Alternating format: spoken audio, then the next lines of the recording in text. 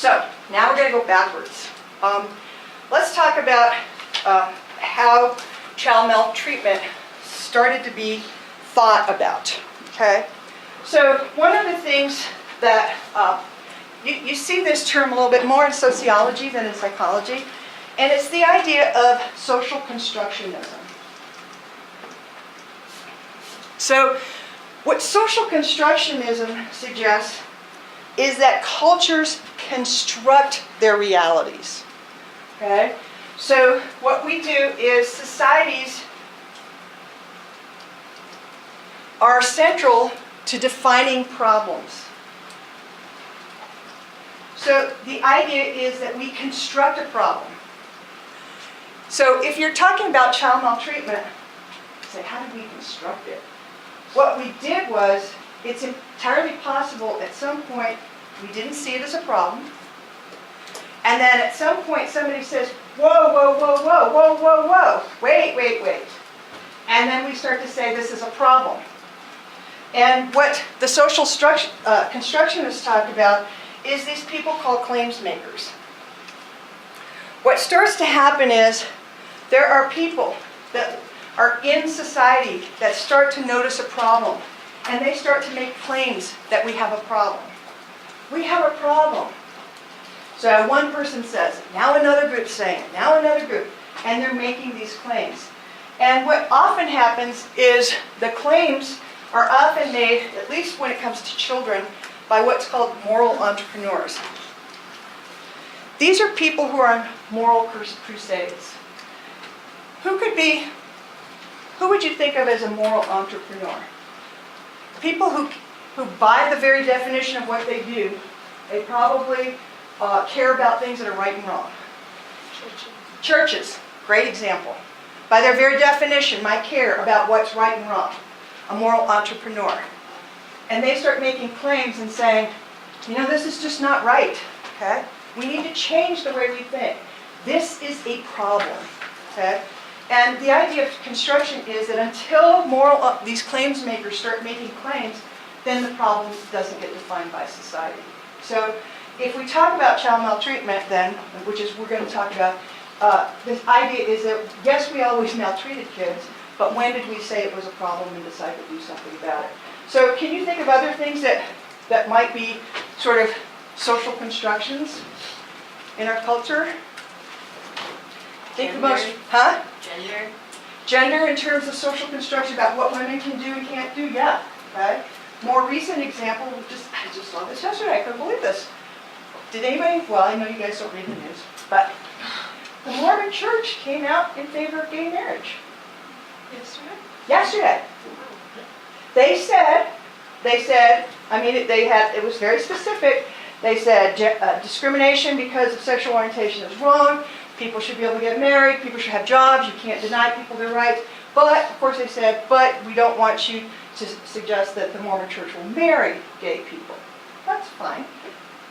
I never thought a church might say that, especially the Mormon Church in my lifetime.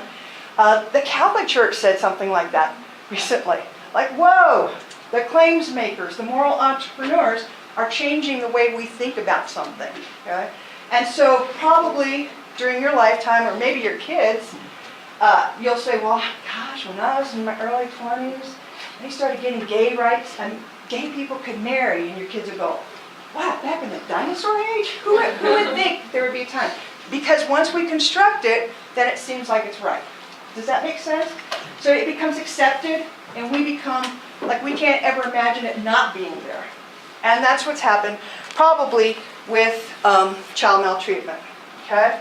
So, we'll talk about the construction of that.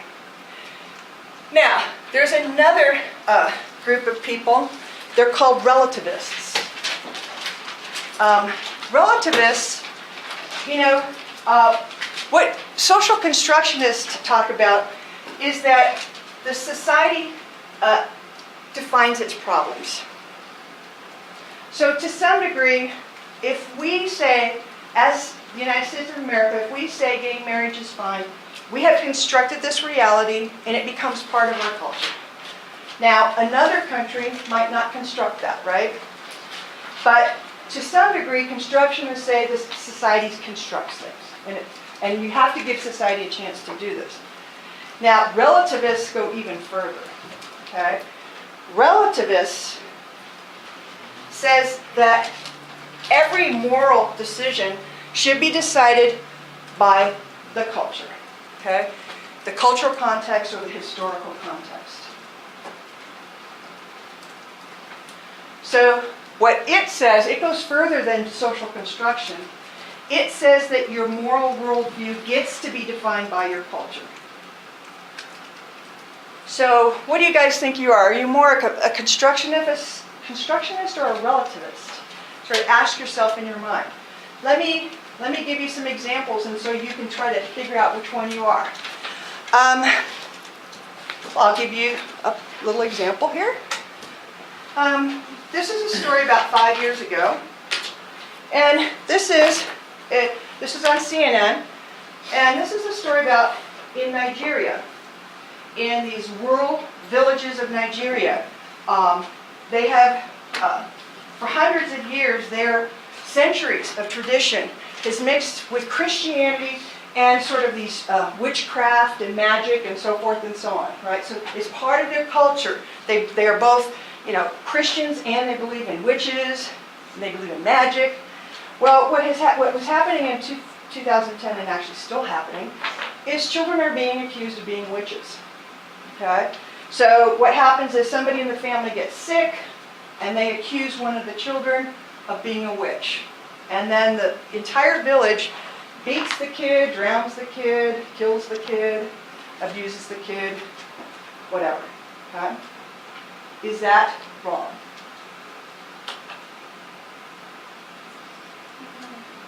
What would a relativist say? It's not wrong. It's wrong to their culture. According to their culture, it's not wrong. Okay? Are you a relativist or a constructionist? Or even something even more, which is, I have my worldview, and you all follow it. Okay? Genital mutilation. Okay? Female genital mutilation. Is that okay? A relativist would say, yes. Okay? That's what they've constructed. So, the question about is there a moral right or wrong, the relativists would say, no, the culture will define it. Okay? And so if that's what they do, and they think it's okay, then it's okay.